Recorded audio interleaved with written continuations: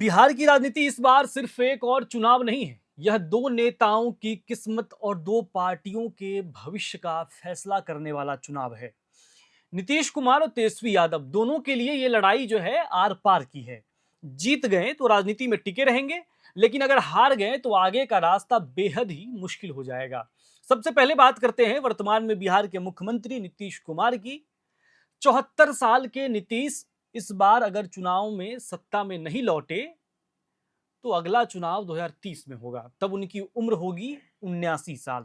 सेहत पर पहले से सवाल उठ रहे हैं और यही सबसे बड़ी चुनौती है उनके लिए, क्योंकि जेडीयू पूरी तरह उन्हीं पर टिकी हुई है। 2003 से बनी पार्टी में नीतीश कुमार ही चेहरा रहे हैं। आरसीपी सिंह, प्रशांत किशोर, उपेंद्र कुशवाहा सब कभी उनके करीबी रहे, लेकिन आज कोई भी साथ नहीं है।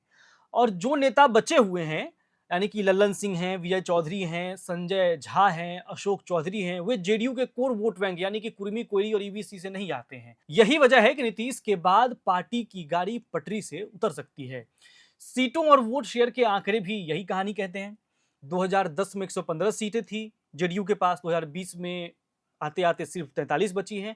वोट शेयर 22.6% से गिरकर 15.7 पर आ गया है। यानी जनता का भरोसा लगातार कम हुआ है जेडीयू से, और यही जो वोटर हैं ये धीरे धीरे आरजेडी की तरफ जो है शिफ्ट हुए हैं। अब हालात ये है कि अगर नीतीश कुमार हारे तो जेडीयू का अस्तित्व खतरे में पड़ जाएगा, टूट फूट होगी और भाजपा मौका देखकर अपना मुख्यमंत्री भी बना सकती है। अमित शाह पहले ही कह चुके हैं कि चुनाव के बाद मुख्यमंत्री का नाम तय होगा, यानी नीतीश कुमार की पकड़ ढीली पड़ी तो बीजेपी सीधा कंट्रोल में ले सकती है।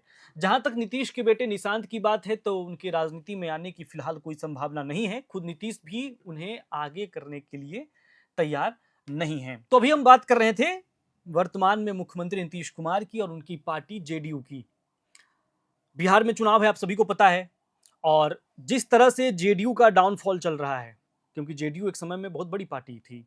एक समय इसलिए मैं कह रहा हूं क्योंकि 2020 के चुनाव में जिस तरह से जेडीयू की हालात बिगड़ी, या फिर कह सकते हैं चिराग पासवान की वजह से बिगड़ी या जैसे भी बिगड़ी, लेकिन राजनीतिक तौर पर नीतीश कुमार कमजोर हुए। और जिस तरह से उनके स्वास्थ्य पर भी सवाल उठ रहा है, और इस चुनाव में नीतीश कुमार जिस तरह से अस्वस्थ दिख रहे हैं, लोग सवाल उठा रहे हैं। उसके बाद चुनाव में जाना, उस पर असर पड़ना, इस बार चुनाव में क्या होता है, तो यही संभावनाएं हैं कि अगर नीतीश कुमार इस बार कमाल नहीं कर पाते हैं तो फिर उनके लिए आगे का रास्ता मुश्किल होगा, क्योंकि पार्टी में कोई बहुत बड़े नेता बचे नहीं हैं जो मास लीडर हों, जो लोगों को साथ लेकर चले। नीतीश कुमार ही एक चेहरा है, संजय झा हैं, विजय चौधरी हैं, अशोक चौधरी हैं, लेकिन ये मास लीडर नहीं है जिसके साथ एक पूरा का पूरा जमात जो है पीछे चल पड़े। तो इसलिए जो है नीतीश कुमार के लिए भी ये चुनाव जो है बहुत ही बड़ा चुनाव होने वाला है और निर्णायक चुनाव होने वाला है, ताकि पार्टी को फिर से अगले 5 वर्ष में रिवाइव कर पाए और पार्टी आगे चल सके। वैसे भी सवाल उठते रहे कि अगर नीतीश कुमार पार्टी में नहीं होते हैं तो जेडीयू में अगला मुख्यमंत्री कौन होगा, या फिर पार्टी को आगे ले जाने वाला चेहरा कौन होगा। चलिए, ये तो बात हो गई नीतीश कुमार की। अब आते हैं तेजस्वी यादव पर। लालू यादव ने पार्टी पूरी तरह से उन्हें सौंप दी है। 2020 में आरजेडी सबसे बड़ी पार्टी बनी थी, लेकिन सरकार नहीं बना सकी। उस वक्त कहा गया कि तेजस्वी ने उम्मीद जताई है, लेकिन इस बार हालात बदले हुए हैं। 2020 में चिराग पासवान फैक्टर ने नीतीश कुमार को बड़ा नुकसान पहुंचाया, जिसका सीधा फायदा तेजस्वी यादव को मिला और उनके सीट में बढ़ोतरी हुई। वो बड़ी पार्टी बनकर निकले।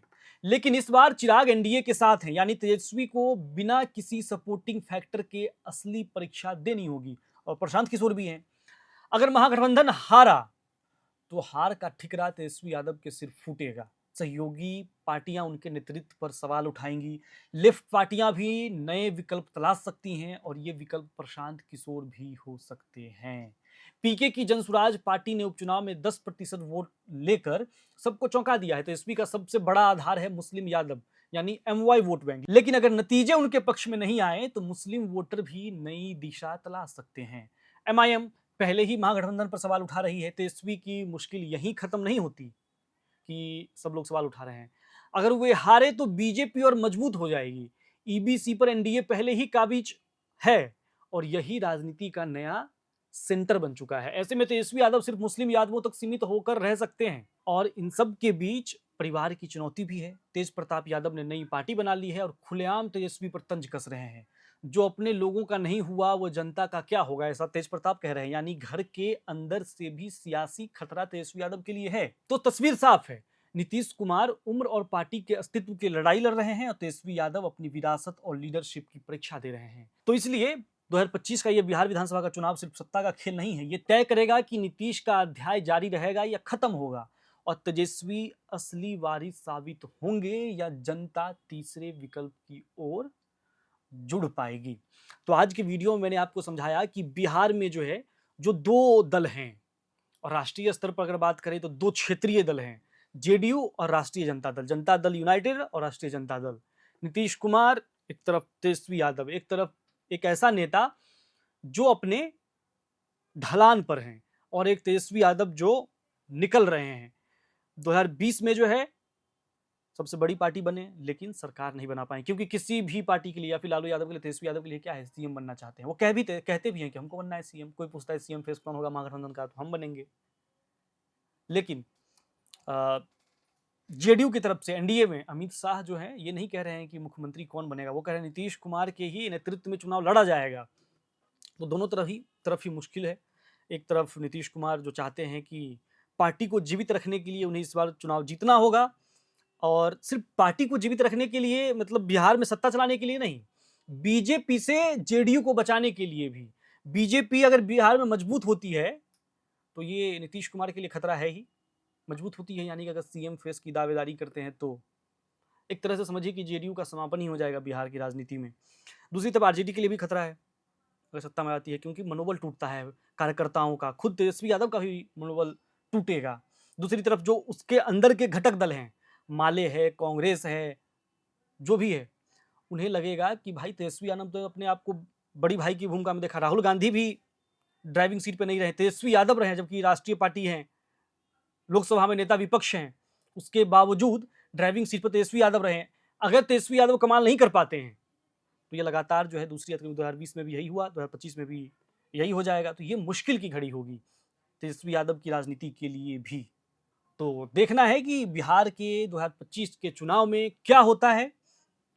क्या ये जो तैयारियां चल रही हैं, कितनी बड़ी तैयारियां हैं, क्या नीतीश कुमार अपनी गढ़ को फिर से वापस समेट पाएंगे? 43 पर आ गए थे चिराग पासवान की वजह से, चिराग पासवान इस बार 7 है, तो क्या फिर से वो अपना सीट बढ़ाते हैं और फिर से वापसी करते हैं?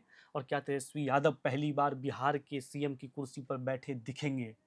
तो ये तमाम सवाल हैं, सवालों के साथ आपको छोड़ रहा हूं। आपको क्या लगता है, कमेंट बॉक्स में अपनी राय लिखिए।